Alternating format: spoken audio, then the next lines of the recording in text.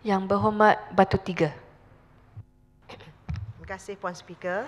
Berdahulu saya ingin mengucapkan terima kasih kepada semua yang berhormat yang membangkitkan beberapa isu yang jelas ianya di bawah ataupun bawah pengurusan ataupun bawah pengendalian Jawatankuasa Tetap Kebajikan dan Wanita. Yang berhormat yang membangkitkan adalah yang Ulu Kelang, Tanjung Sepat, Sungai Burung, Teratai, Kota Damansara, Kota Damansara Utama. Begitu juga isu-isu berkaitan dengan wanita, Morib, Kuala Kubu Baru sedikit disentuh oleh Dengkil tentang isu tawas. Saya ingin mengatakan di sini bahawa isu yang dibangkit tentang isu kebajikan menyakannya kali ini ingin mengetahui apakah sebenarnya indeks ataupun apakah sebenarnya indeks kemiskinan bandar ataupun sebut apa paras garis kemiskinan bagi kemiskinan bandar yang diiktiraf ataupun diguna pakai. Ingin saya nyatakan di sini bagi konteks kerajaan persekutuan, kemiskinan bandar yang dinyatakan di sini adalah mereka yang berpendapatan 720 ke bawah. Yang mana dilihat daripada statistik yang dibekalkan kepada saya, Selangor mencatatkan lebih kurang 0.2 iaitu 10,400 sahaja mereka yang miskin bandar. Ya. Tetapi bila kita lihat pada miskin tegar pula, satu data yang begitu mengejutkan, iaitu Selangor tidak ada individu yang miskin bandar kerana PJK yang diguna pakai hanya 420. Jadi atas dasar itu sebenarnya Kerajaan Selangor lebih ke depan dalam menyatakan bahawa kemiskinan yang ditangani oleh Kerajaan Negeri Selangor untuk mereka ini layak diberikan kebajikan dan program-program yang berkaitan dengan kebajikan atau merayakan ekonomi Selangor, kita nyatakan untuk mereka secara khususnya 1,500 ke bawah pendapatan seisi rumah itu mereka layak untuk dapat pendapatan ataupun program-program kebajikan daripada Kerajaan Selangor. Tetapi ada satu kajian yang menyatakan bahawa kemiskinan bandar ini sebenarnya yang diguna pakai yang terbaik adalah sekarang ini adalah RM3,000 ke bawah itu untuk diguna pakai. Jadi saya mengharapkan supaya bila saya tanya tentang data-data ini kepada Kerajaan Persekutuan melalui Jabatan Kebajikan Masyarakat, kita dapati rupa-rupanya data ini adalah data yang diambil bila mereka datang mengadu ataupun memohon bantuan. Jadi data ini belum lagi data yang kita katakan sebenarnya berlaku sebab kita tengok di Selangor khususnya ya seramai 5.6 juta rakyat Selangor ini, kita tengok berbanyakkah mereka yang di bawah itu yang memerlukan bantuan daripada Kerajaan Negeri Selangor. Begitu juga isu yang ditimbulkan sedikit saya sentuh. Saya tidak mahu menyentuh tentang isu sewaan yang ditimbulkan oleh Kota Damansara, tetapi saya ingin menyatakan beberapa fakta untuk panduan semua yang berhormat bahawa isu mereka yang tinggal di rumah PPR ini yang kononnya kita tidak memberikan kebajikan pada mereka jika mereka ini tidak mampu untuk membayar RM250 itu. Ingin saya nyatakan data di depan saya ini untuk PPR Kota Damansara sahaja, jumlah unit yang ada iaitu 1,152, mereka yang mohon untuk diberikan pengurangan adalah sebanyak 323 orang dan selepas disiasat sebenarnya 264 daripada mereka layak untuk menerima pengurangan RM124. Jadi saya yakin Kerajaan Selangor tidak pernah mengenepikan isu-isu kebajikan jika mereka ini benar-benar untuk boleh dapat kebajikan tersebut. Malah saya ingin nyatakan di sini, hatta kalaulah selain daripada apa yang disebutkan oleh Cempaka, kita telah pun memberikan ansuran deposit kepada pada mereka yang ingin menyewa, kita juga membantu mereka yang duduk di PPR ini yang perlukan bantuan. Kita di bawah dasar Kerajaan Negeri Selangor iaitu Workfare Policy dengan izin, kita berikan mereka bantuan-bantuan untuk menjana pendapatan. Iaitu seperti kita salurkan kalau mereka ini mempunyai kemahiran perniagaan ataupun ada perniagaan kecil, kita berikan mikrokredit bandar untuk mereka yang memerlukan ataupun mereka telah memulakan program taskar di rumah, kita bantu untuk melesenkan mereka untuk mendapatkan taskar di rumah supaya mereka boleh mengambil pengambilan anak-anak untuk dijaga. Begitu juga tidak kurang bagaimana pihak berkuasa tempatan juga membantu untuk melaksanakan program membasmi kemiskinan bandar dengan beberapa program yang saya ingin nyatakan dan saya nak juga rakamkan di sini, contoh yang dibuat oleh Majlis Pembandaran Subang Jaya, bagaimana program di bawah program kemiskinan bandar contoh yang saya lihat daripada kajian yang dibuat, boleh dikatakan rata-rata mereka yang berpendapatan RM700 itu telah pun dinaikkan kepada RM1,153. Jadi saya harap perkara ini pihak pembangkang tidak lagi memutarbelikkan fakta. InsyaAllah kita selaku negara ataupun negeri berkebajikan itu, kita harap sangat ya supaya isu-isu kebajikan ini dapat ditangani. Malah sekarang kita telah mempunyai satu data sistem yang telah mengumpulkan hampir 1 juta lebih data-data mereka yang pernah datang kemukakan ya permohonan kepada kerajaan apakah bantuan-bantuan dan program-program yang mereka boleh terlibat untuk memastikan perkara ini. Saya juga ingin menegur dengkil dan sekaligus menjawab ya persoalan yang ditimbulkan kononnya tawas ataupun tabung warisan negeri Selangor tidak mencapai matlamat ataupun tidak mencapai sasaran yang telah dibuat. Teguran itu sebenarnya dibuat pada 2012 dan ianya telah pun dijawab. Tetapi ingin saya nyatakan persoalan besarnya, walaupun kelahiran 300,300 orang, 13 orang itu setiap tahun, tetapi tidak semuanya itu dikategorikan layak. Satu. Yang keduanya, bila kita ingin pergi ke hospital tempat di mananya anak-anak ini dilahirkan, Kerajaan Selangor tidak dibenarkan. Jadi usaha selain itu, kita telah membuka satu kaunter khas di Jabatan Pendaftaran Negara, ya, di bawah situ. Dan alhamdulillah sehingga kini statistik sekarang ini menunjukkan pendaftaran untuk tabung warisan anak Selangor adalah sebanyak 133,443 orang.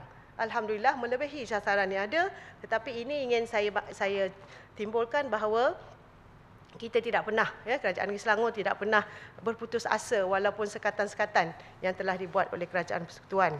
Dan ada yang bertanya tentang isu bantuan khas orang kurang upaya. Saya ambil kesempatan ini, Puan Pengurusi, untuk menyatakan sedikit tentang dana ataupun bajet yang diletakkan di bawah pembangunan kebajikan ini. Salah satunya adalah untuk meneruskan program bantuan OKU sedia ada di Selangor, iaitu bantuan keuangan sebanyak RM150 untuk OKU terlantar, bantuan allowance tambahan RM150 untuk OKU yang bekerja, bantuan alat tiruan, sokongan ataupun untuk mereka yang memerlukan peralatan sokongan, itu kita akan teruskan. Dan kita sekarang ini, Kerajaan Selangor memberikan bantuan bersama dengan Kerajaan Persekutuan juga, program pusat dalam komuniti atau PDK yang sekarang ini telah pun wujud sebanyak 43 buah pusat PDK di seluruh Selangor. Begitu juga kita tidak pernah meninggalkan OKU bila mana kita memberikan voucher sebanyak RM100 dalam program Jom Shopping bagi mereka yang telah mendaftarkan diri dalam khairat kematian OKU itu ataupun SMUE. Kerajaan Selangor juga telah pun melaksanakan pelekat kenderaan parking standard seluruh Selangor, yang mana pelekat ini sebenarnya boleh diguna pakai ke semua PBT. Tidak lagi seperti dulu, setiap PBT mengemukakan pelekat yang berbeza untuk OKU. Tapi sekarang pelekat itu telah pun diguna pakai standard, maknanya tak kiralah mereka berada di mana-mana PBT, mereka hanya mengguna pakai satu saja pelekat yang ada. Begitu juga kita menegaskan bangunan mesra OKU di bangunan kerajaan. Tetapi untuk tahun hadapan, Kerajaan Selangor menegaskan insya-Allah kita akan memastikan dana yang ada itu adalah untuk memastikan bantuan khas OKU dalam konteks accessibility untuk OKU, juga memberi peluang OKU bekerja dan mempunyai pendapatan dengan berdikari. Iaitu kita bagikan pada dua kategori. OKU yang lambat di sudut pembelajarannya, kita akan memberikan program penempatan pekerjaan, yang mana sasaran yang kita akan berikan ini adalah seramai 100 orang, dan bagi mereka yang mempunyai program ataupun mempunyai kecacatan fizikal buta tuli tetapi berkemahiran untuk mempunyai skill perniagaan, kita akan tingkatkan penyertaan mereka di bawah program mimbar, iaitu sebanyak 300 peserta setahun, yang mana sekarang ini alhamdulillah sebanyak 53 OKU telah pun mengambil bahagian di bawah program bawah mimbar. Jadi itu mohon sebahagian penjelasan. Silakan. Ya, Taman Medan. Apakah dasar kerajaan negeri terhadap pengambilan orang-orang OKU yang mempunyai kelulusan daripada IPT, peluang pekerjaan daripada kerajaan negeri lah? Kalau diikutkan dasar yang sedia ada adalah kita menetapkan minimum 1% setiap jabatan untuk mengambil orang-orang kurang upaya ini bekerja. Ia je tidak kiralah sama ada mereka ini lepasan daripada universiti ataupun mempunyai kelayakan sijil SPM ataupun STPM. Itu lebih ditegaskan. Tetapi selain pada itu, dasar yang kita buat bagi memudahkan ya, OKU yang memerlukan sedikit bantuan accessibility ataupun bebas halangan ini, kita menyediakan ya, bantuan untuk memastikan tempat-tempat pekerjaan ini ataupun workplace ini dengan izin dilengkapi dengan dalam suasana yang kondusif untuk mereka bekerja. Jadi untuk itu sebenarnya Kerajaan Selangor telah pun meletakkan dasar itu, dan insya-Allah kita pun telah pun mengaudit ya bangunan-bangunan kerajaan bagi tempat-tempat yang belum lagi mencapai sasaran atau mencapai KPI dan spek yang telah ditentukan, kita akan laksanakan insya-Allah. Ya. Jadi bagi saya ulang, maknanya kita meletakkan sasaran 100% itu. 1% itu adalah untuk memastikan OKU dapat bekerja ataupun berdikari dalam konteks mendapat pendapatan sewajar dengan mereka yang sempurna. Yang Berhormat Batu 3 boleh berhenti sekejap. Boleh. Ahli-ahli yang berhormat sekalian, oleh kerana urusan Dewan ini masih panjang, maka Dewan pada hari ini perlu disambung. Saya mempersilakan Yang Amat Berhormat Datuk Menteri Besar untuk membawakan usul. Bismillahirrahmanirrahim. Puan Speaker dan ahli-ahli yang berhormat sekalian, saya ingin membawa satu usul yang berbunyi seperti berikut. Bahawasanya Dewan yang bersidang pada hari ini mengikut peraturan 11 dalam peraturan tetap Dewan Negeri Selangor hendaklah dilanjutkan sehingga selesai penggulungan daripada pihak kerajaan. Tuan Speaker, saya menyokong. Ahli-ahli yang berhormat sekalian, usul ini telah pun disokong. Saya kemukakan untuk mendapat persetujuan. Ahli-ahli yang berhormat yang bersetuju, sila kata ya. Ahli-ahli yang berhormat yang tidak bersetuju, sila kata tidak. Usul ini dipersetujui. Yang Berhormat Batu 3 boleh sambung. Terima kasih Puan Speaker. Jadi untuk seterusnya saya ingin membawa beberapa perkara yang ditimbulkan di dalam Dewan ini oleh Morib dan Kuala Kubu Baru isu berkaitan dengan wanita. Jadi ingin saya nyatakan di sini, sebenarnya saya memanjatkan kesyukuran kepada Allah SWT kerana apa yang telah pun dibentangkan oleh Yang Amat Berhormat Menteri Besar di atas bajet wanita, iaitu bajet pembangunan 1 juta dan ditambah lagi insya-Allah daripada bajet reserve 30 juta itu akan saya manfaatkan sebaik mungkin untuk pembangunan wanita. Jadi untuk itu saya ingin mengatakan di sini beberapa fokus yang dilaksanakan selain daripada meneruskan program skim kesihatan wanita, One Stop Crisis Center, program-program berkaitan dengan ibu tunggal. Sebenarnya satu program yang baru kita perkenalkan tahun lepas, iaitu Pusat Wanita Berdaya, adalah satu program yang saya jangka begitu mendapat tempat di dalam masyarakat bila mana kita ataupun Kerajaan Negeri Selangor mula mengiktiraf peranan wanita di kawasan ataupun di Dewan Undangan Negeri, bila mana penubuhan pusat wanita ini mampu memberikan akses kepada informasi kepada wanita dan bagaimana wanita ini dapat kita tangani dengan secara langsung, tidak lagi dipusatkan, tetapi sekarang kita telah tidak memusatkan kepada hanya di dalam Pejabat Exco saja. Perkara ini penting kerana bagi saya sentiasa mengulang di dalam Dewan ini, kerana Jabatan Pembangunan Wanita sebagaimana saya beritahu tidak lagi mengambil peranan ya bekerjasama dengan kerajaan negeri. Jadi dengan wujudnya Pusat Wanita Berdaya ini, Kerajaan Selangor ya boleh bekerja untuk memastikan wanita di Selangor ini tidak ketinggalan.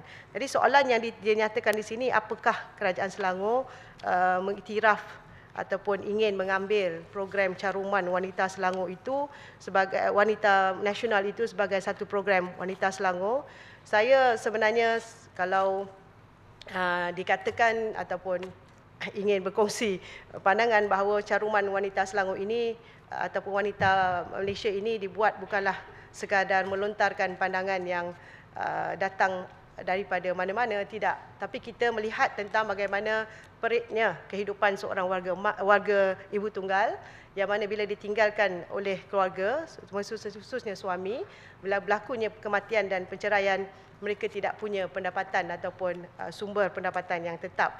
Atas dasar itu, caruman wanita Malaysia itu dicadangkan supaya ianya diwujudkan bagi memastikan wanita, ya, wanita-wanita yang suri rumah yang tidak dikenali sebagai individu yang berada dalam sektor pekerjaan yang formal, ianya boleh diberikan sedikit caruman supaya jika berlaku apa-apa musibah kepada keluarga, paling kurang mereka ada tempat untuk jaringan sosial untuk mereka tidak jatuh terus ataupun jatuh ke tangga kemiskinan yang tidak dapat diselamatkan. Tetapi saya ingin nyatakan di sini sebenarnya apa yang telah ditimbulkan itu masih dalam bentuk kajian. Kalau ikut Sekincan dia kata kata-kata hikmat tu, kan. Tetapi kajian kerana kita kena mengetahui berapakah impak, ya, dan kuantum yang perlu kita berikan. Dan bagi kajian yang saya lihat di sini daripada statistik yang saya dapat daripada Jabatan Perangkaan, Selangor mempunyai lebih kurang, ya, dalam pasaran luar kerja, iaitu lebih kurang 10,865 wanita yang berkahwin yang tidak bekerja yang perlu ditangani. Tetapi saya ingin meneliti lebih lanjut lagi supaya data-data ini lebih tepat, supaya kuantum berapakah caruman yang ini diberi itu dapat saya berikan dengan lebih teliti. Dan yang keduanya tentang apakah, Mohon penjelasan. Taman Medan. Yang Berhormat Esko hanya menyebut kebajikan ibu-ibu tunggal. Sebenarnya ada satu lagi golongan wanita yang sering dilupakan tetapi nasibnya lebih kurang sama dengan ibu tunggal, iaitu ibu tinggal. Ditinggalkan suami tanpa diceraikan untuk menjaga ataupun menyara kehidupan. Jadi bagaimana pandangan Yang Berhormat Esko? Yalah, kalau ingin saya nyatakan di sini, ada 12 fokus wanita yang kita berikan, termasuklah sebenarnya, ya, wanita yang ditinggalkan tanpa ada status sama ada beliau ni diceraikan ke ataupun suaminya di mana. Tetapi dalam menangani isu kebajikan kita ambil kira, ya, tentang program ini. Tetapi saya ingin hanya menegaskan tentang caruman wanita nasional ini ataupun caruman wanita Malaysia yang disarankan supaya wanita Selangor, negeri Selangor juga melaksanakan di peringkat negeri.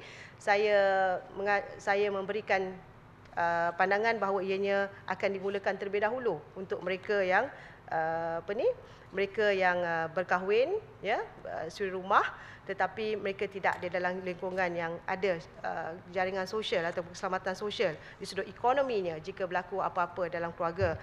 Jadi bagi satu perkara yang sebab dah dibangkitkan oleh Taman Medan, saya menyatakan bahawa sebab itu portal Ibu Tunggal ini Kerajaan Selangor telah pun wujudkan kerana kita ingin mengetahui juga sejauh seramai manakah sebenarnya ibu-ibu yang di Selangor ini yang ditinggalkan. Ya, jadi supaya kes-kes itu dapat kita tangani dengan lebih komprehensif, tidak semata-mata dalam memberi kebajikan, tetapi kita juga ingin melihat apakah dalam konteks undang-undang boleh kita sarankan supaya ianya dipastikan mereka yang mempunyai masalah ditinggalkan ini dapat kita kita berikan satu sistem sokongan yang lebih bersepadu.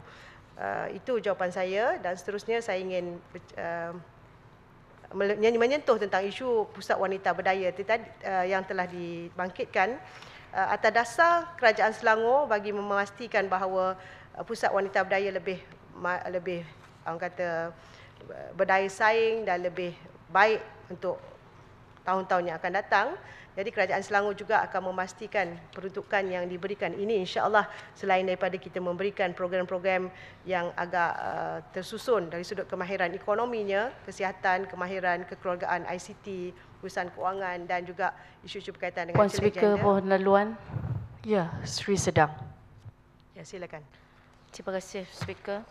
Yang Berhormat Esko, apakah syarat pendaftaran ibu tunggal yang dimestikan menyertai surat perceraian ataupun surat mati untuk disahkan sesatu ibu tunggal? Di sini saya sedang mencadangkan supaya pengesahan surat-surat itu sekiranya tidak ada, status mereka disahkan oleh ADUN. Seperti mana yang kita tahu, pihak SUK memulangkan borang-borang yang tiada diklipkan bersama surat perceraian ataupun surat mati. Sekian, terima kasih. saya sebenarnya terkejut juga soalan ni kan. Tetapi saya faham apa yang disebut oleh Sri Serdang. Ianya berkaitan dengan pendaftaran ibu tunggal ya, ataupun program Jom Shopping Ibu Tunggal yang telah kita laksanakan tahun lepas, awal tahun ini. Ianya mengambil kira mereka ini yang layak adalah ibu tunggal yang dokumennya telah pun lengkap diisi. Ya, salah satu dokumen yang boleh menyatakan atau mengesahkan mereka ini ibu tunggal adalah surat kematian ataupun surat perceraian daripada suami. Jadi bagi saya ianya bawa aja surat ini ke pusat imat ataupun ketua-ketua taman, mereka boleh sahkan ianya. Tetapi kalau tidak ada, maksudnya ianya agak susah sebab justifikasi itu susah kita nak beri. Terutama, minta maaf saya sebut di dalam dewan ini, terutamanya di kalangan golongan wanita-wanita India kita. Ya, kebanyakannya mereka ditinggalkan jadi ibu tunggal, membesarkan anak-anak, tetapi mereka tidak dipastikan status mereka, sama ada mereka ini meninggal suaminya ataupun mereka telah pun bercerai secara sah. Jadi alhamdulillah dengan program Jom Shopping ini juga Kerajaan Negeri Selangor di bawah portfolio wanita telah ambil pendekatan. Kebetulan mereka ini datang dan ingin mendapatkan bantuan Jom Shopping itu, kita juga telah memikirkan bagaimana untuk bantu ya wanita-wanita dalam golongan ini untuk kita bawa ke muka pengadilan untuk pastikan sama ada mereka ini statusnya nak disahkan ya.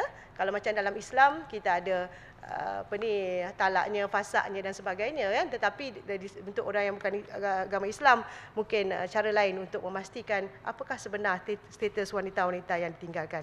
Jadi saya jawab mesti ada dokumen kerana itu syarat yang telah ditetapkan. Jadi berbalik tentang isu Pusat Wanita Berdaya tadi, dengan adanya program ini daripada 56 DUN, 46 DUN telah pun mewujudkannya.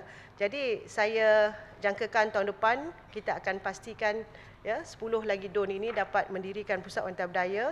Dengan ini kita akan bekerjasama dengan PBT dan juga pejabat daerah memanfaatkan mana-mana lagi dewan-dewan dan juga tempat-tempat yang secara utama belum ada. Silakan. Nak minta penjelasan YMA Exco tentang Pusat Wanita Berdaya.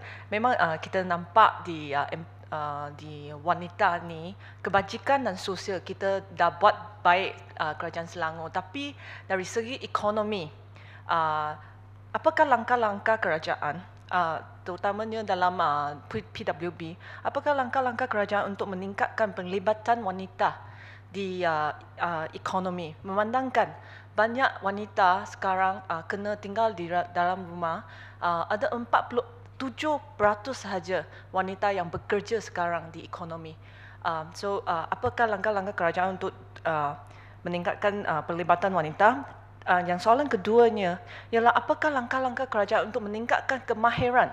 Kalau dia di ekonomi, dia pun dapat gaji yang lebih rendah secara purata wanita. So, apakah langkah-langkah kerajaan untuk meningkatkan purata gaji wanita di ekonomi?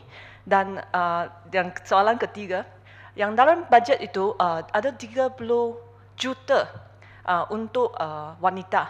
So, saya nak tahu apakah pecahan perbelanjaan antara kebajikan sosial dan ekonomi supaya kita dapat tengok apakah berapa pecahan yang kita dapat tahu sumber yang kita nak, apakah goal kita, minta dengan izin, so kita boleh berbelanja dengan lebih strategik di dalam 30 juta perbelanjaan tersebut. Terima kasih. Terima kasih Damansara Utama.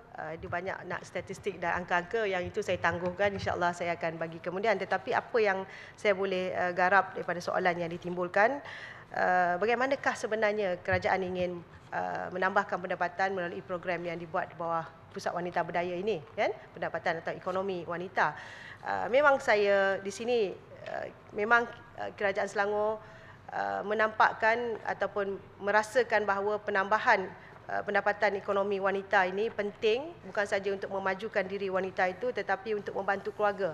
Ada sasaran kita supaya dengan adanya program-program tambahan sama ada dibuat di dalam rumah ataupun keluar berniaga kecil-kecilan ataupun buat kerja ataupun buat perniagaan melalui online dan sebagainya, mereka boleh berpendapatan 1,500 insya-Allah. Sebab itu apa yang saya sebut pada jawapan saya yang lepas semasa ditanya dalam soalan mulut,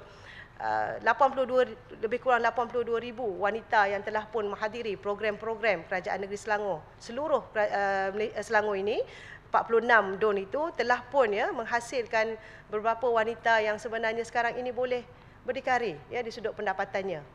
Tetapi persoalannya bagaimana kita nak pastikan ianya boleh dilaksanakan. Sebab itu saya katakan Pusat Wanita Berdaya ini begitu signifikan penubuhannya kepada wanita. Sebab selama ini wanita banyak kekangannya. PWB ini adalah salah satu sistem sokongan. Bila mereka pergi ke pusat ini, satunya tempat itu berdekatan dengan rumah mereka. Yang keduanya kita sediakan juga program penjagaan anak-anak di tempat tersebut supaya mereka selesa untuk mendapatkan kemahiran ataupun ilmu yang diajar dan akhirnya mereka boleh guna pakai ianya untuk dibawa ke rumah dan dia boleh bekerja daripada rumah. Dan yang penting kami masih memberi bimbingan selepas mereka pulang ke rumah tersebut. Dan kemahiran yang diberikan pelbagai kemahiran. Besarnya kepada kemahiran di sudut aspek ekonomi, iaitu kemahiran untuk sama ada skill masakan, jahitan, skill perniagaan online dan sebagainya. Tetapi yang lebih penting di situ adalah untuk meningkatkan diri wanita untuk berkemahiran dalam konteks mengetahui. Yang Berhormat Batu Tiga, Damansara Utama minta mencelah. Silakan. So, saya nampak ini PWB ini memang untuk masak, jahit dan baking dengan izin. Ini memang tak ada masalah kita. Saya memang setuju ada sekumpulan, segolongan wanita yang memang dia boleh menjana lebih pendapatan dari masak, jahit dan baking. But tetapi ada banyak wanita yang tak ada kemahiran tersebut. Kita tidak boleh stereotype on dengan izin, yang wanita itu role wanita ialah untuk masak, jahit dan baking saja. Memang wanita ada kemahiran lagi. Apakah rancangan kerajaan untuk menambahkan lebih banyak skills lagi yang kita boleh leverage on dengan izin untuk menjanakan kemahiran? Yang ada banyak lagi yang sedang kerja. Apakah langkah-langkah? Adakah apa rancangan untuk mendirikan childcare, workplace childcare? Yang itu memang lebih practical in terms of helping the working moms. Dengan izin. Thank you. Terima kasih. Mas Sarah ni dia tambah soalan banyak sangat kan. Tetapi saya ingin cakaplah selain daripada program yang agak stereotype kepada wanita iaitu masak, menjahit dan sebagainya. Sebenarnya Kerajaan Selangor juga telah melalui PWB kita telah pun memberikan kemahiran ICT kepada wanita. Ya, ICT ini untuk mereka bukan saja berniaga sekadar benda-benda macam itu saja. Ya, mereka boleh menggunakan teknologi ini untuk memastikan bahawa mereka boleh capaian kepada Yang Berhormat Batu Tiga, untuk Bukit Gasing minta mencelah. Sekejap saya habiskan ini Okey. dulu ya. Untuk memastikan bahawa pendidikan itu berterusan. Sebab itu kita tidak dalam konteks PWB kita tidak memberi fokus hanya itu. Kita ada fokus wanita dalam konteks kesihatan juga. Ya, wanita dalam konteks keselamatan dan undang-undang kita berikan ilmu-ilmu itu juga. Ya, wanita di sudut memahami pendidikan dan juga agama di konteks di sudut budaya itu juga kita laksanakan juga. Begitu juga sehingga mereka dibekalkan kemahiran supaya mereka ini faham tentang demokrasi dan bagaimana membuat keputusan di dalam diri mereka dan lepas itu boleh diguna pakai dalam keluarga. Jadi PWB ini sebenarnya telah cuba untuk memecahkan program-program biasa yang sentiasa dibuat tetapi tidak dinafikan bahawa kebanyakannya masih lagi menjurus ya. Sebab itu minat yang kita lihat kebanyakan yang hadir itu adalah wanita suri rumah dan kita tidak nafikan wanita yang luar daripada lingkungan si rumah, contohnya bekerja Isnin sampai Jumaat, tetapi masih lagi hadir ke program kita pada Sabtu Ahad. Termasuk program untuk berkemahiran di sudut keuangan itu kita bagi bekalkan kepada wanita. Silakan Bukit Gasing. Terima kasih kerana beri peluang. Mungkin saya boleh cadangkan sedikit daripada wang 30 juta yang diperuntukkan untuk PWB ini boleh digunakan untuk bagi beasiswa untuk meninggikan pendidikan, tahap pendidikan kepada mereka yang minat sebagai alternatif kepada memasak, menjahit dan sebagainya. Maybe kita kena fokus jugalah kepada pendidikan tinggi terhadap membentuk lebih manager-manager dengan izin, lebih eksekutif, pengurusan tertinggi syarikat. Jangan hanya kita fokus pada golongan yang memasak, menjahit sahajalah. Saya tak bercadangkan kita berhenti semua itu, tapi buat dua-dua sekali. Okey, terima kasih Bukit Gasing prihatin tentang isu wanita, tetapi saya nyatakan apa yang disebut oleh Bukit Gasing itu ada di dalam bajet-bajet yang ditentukan di bawah pendidikan, pengajian tinggi, beasiswa-beasiswa yang dikeluarkan oleh Kerajaan Selangor. Tetapi yang lebih nampak perlu ditangani dan disantuni adalah wanita-wanita yang duduk di luar bandar dan wanita-wanita yang tidak berada dalam sektor formal ataupun rasmi. Sebab itu program Pusat Wanita Berdaya ini, program itu diletakkan di tempat mereka, di taman-taman ataupun di kawasan DUN itu sendiri, yang mana ianya menghubung jalinkan, memberikan jaringan supaya mereka bekerjasama dengan pihak masjid, bekerjasama dengan pihak kuil, bekerjasama dengan pihak taman-taman untuk memastikan program-program itu dapat dilaksanakan dengan baik. Ianya lebih tertumpu pada wanita yang mempunyai kemahiran, boleh saya kata kat sini sederhana rendah. Ianya bukan untuk memfokuskan pada program-program sederhana tinggi, sebab daripada sinilah sebenarnya mass ataupun jumlahnya begitu banyak yang perlu kita tingkatkan kemahiran diri mereka, dan kita tidak menafikan jika mereka ini layak pergi ke peringkat lebih tinggi. Kita sekarang pun bekerjasama dengan IMPENS untuk menghantar mereka ke kursus-kursus yang diperlukan. Kita akan hantarkan dengan beasiswa yang telah pun diwujudkan. Tanjung Sepat. Terima kasih Puan Speaker. Yang berhormat Esko, saya ingin tanya sikit. Sudah tentu apabila Esko merangka program untuk memperdayakan wanita ini, wanita ini sudah tentu Esko telah menyediakan bentuk sebagai blueprint. Banyak program-program yang dilaksanakan ini berkaitan dengan kesihatan, tentang ilmu masak, menjahit, semua itu adalah untuk kebajikan dan mengumpulkan wanita-wanita setempat. Saya tak nampak lagi setakat ini lah YB Esko ataupun di bawah Stenko YB menyediakan satu silibus yang khas, kerana ianya perlu supaya dalam satu tempoh setahun itu kita mampu untuk melahirkan wanita yang benar-benar berdaya. Kemudian yang kedua, YB Esko, saya melihat tentang pelantikan penyelaras ataupun penyelia PWB ini. Mereka apabila sebelum dilantik memohon adun-adun ataupun yang berhormat kawasan tertentu untuk memberi sokongan terhadap pelantikan yang dicadangkan. Kemudian apabila telah lantik, kebanyakan daripada penyelia ini apabila melaksanakan program tidak pun memberitahu ataupun berkolaborasi dengan pihak DUN, sehingga kadang-kadang apabila pihak pengurusan DUN dan juga PWB sendiri buat program, dia seolah-olah ada program yang berulang. Jadi ini adalah merupakan suatu bentuk pembaziran yang nyata. Terima kasih Tanjung Sepat. Berkaitan dengan silibus, apakah ada satu silibus ataupun program atau pelan tindakan yang tersusun di bawah Pusat Wanita Berdaya ini?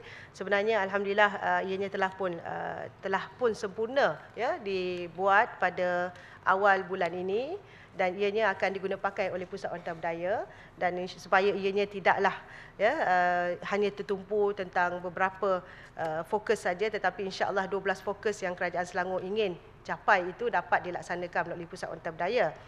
Jadi insya-Allah yang ini juga saya akan kemukakan kepada pihak MMKN untuk diluluskan dan ianya boleh diguna pakai ya oleh Pusat Wanita Berdaya pada bulan 12 nanti insya-Allah.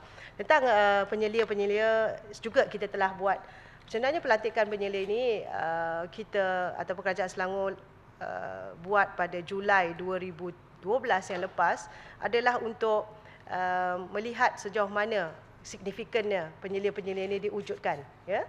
Atas dasar itu kita mengambil pandangan pimpinan-pimpinan wanita untuk memberikan nama-nama tersebut dan akhirnya wanita itu dilantik ya, dilantik. Tetapi saya tidak nafikan ianya perlu kita berikan satu SOP yang lebih jelas dan kriteria dalam pemilihan tersebut. Sebab itu telah pun ada satu review yang komprehensif pada bulan 9 yang lepas dan insya-Allah selepas kita lihat review dan selainnya kita nampak ada sedikit perlu dinambahbaikkan iaitu adun-adun juga perlu kita ambil kira pandangan beliau adun-adun sekalian supaya ada kerjasama di antara Pusat Wanita Berdaya dan juga Pusat Khidmat rakyat itu supaya program ini dapat lebih sinergi dalam konteks pelaksanaannya. Jadi insya-Allah kalau tidak ada apa-apa arah melintang bulan Januari nanti selepas semua proses yang telah dinyatakan dan diambil kira pandangan daripada Yang Berhormat, kita akan buat pelantikan pada bulan Januari akan datang.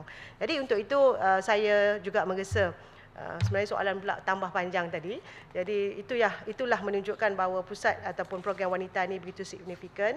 Dari sebab itu saya mengambil pandangan daripada Morib agar apakah perlu diberikan allowance kepada penyelia ini. InsyaAllah saya akan kemukakan pandangan saya kepada MMKN dan mudah-mudahan ianya dapat diterima oleh MMKN supaya penyelia Pusat Wanita Berdaya juga akan mendapat allowance sebagaimana yang ditetapkan. Sekian. Saya minta sedikit. Sekian. Terima kasih Puan Speaker. Berkaitan dengan memberdayakan wanita ini, saya memang menyambutlah dengan baik. Tapi saya nak bagi satu cadangan. Boleh tak kita tukar ayat ini, memperkasakan wanita dan sebagainya. Sebab ayat ini susah nak sebut. Nanti kita akan disalah tafsir, cuba nak perdayakan wanita. Nanti susah, sekincang pun takut juga. Minta pandangan dari Batu Tiga. Sebab susah tu kita kena membudayakan. Jadi memberdayakan itu adalah satu istilah yang lebih international daripada perkasa. Perkasa tu nanti jadi perkasa lain pula ya. Tak ada. Maknanya di sudut Dewan Bahasa memang dah mengiktiraf. Memberdayakan itu adalah satu istilah yang lebih baik. Sebab itu sekarang ini Cempaka juga menggunakan istilah memberdayakan JMB. Jadi saya harap semua yang berhormat guna pakailah perkataan ini, tetapi pakailah dengan betul. Jangan perdayakan tetapi berdayakan ya, memberdayakan wanita. Terima kasih.